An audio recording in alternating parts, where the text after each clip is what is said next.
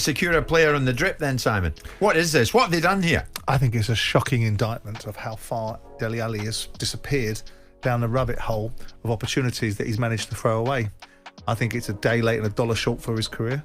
I don't think he's going to recover what he had before, and this is a huge sea change.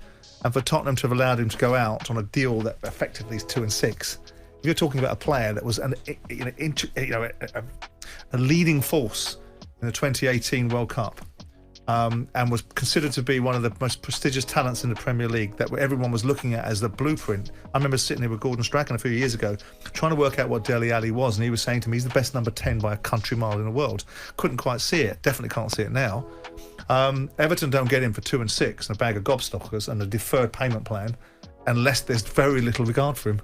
And there is clearly no regard for him. There's no regard for him at Tottenham, that they believe they can get any financial return for him. There's no regard for him in the transfer market where they can actually pitch him against anyone else to get a competitive leverage into a deal to be able to make some transfer return.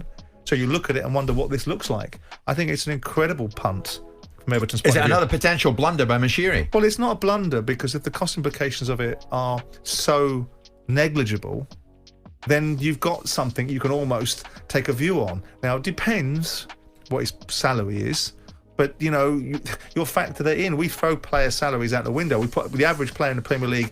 The average player in the Premier League is on 70, 80 grand a week. That's the average player.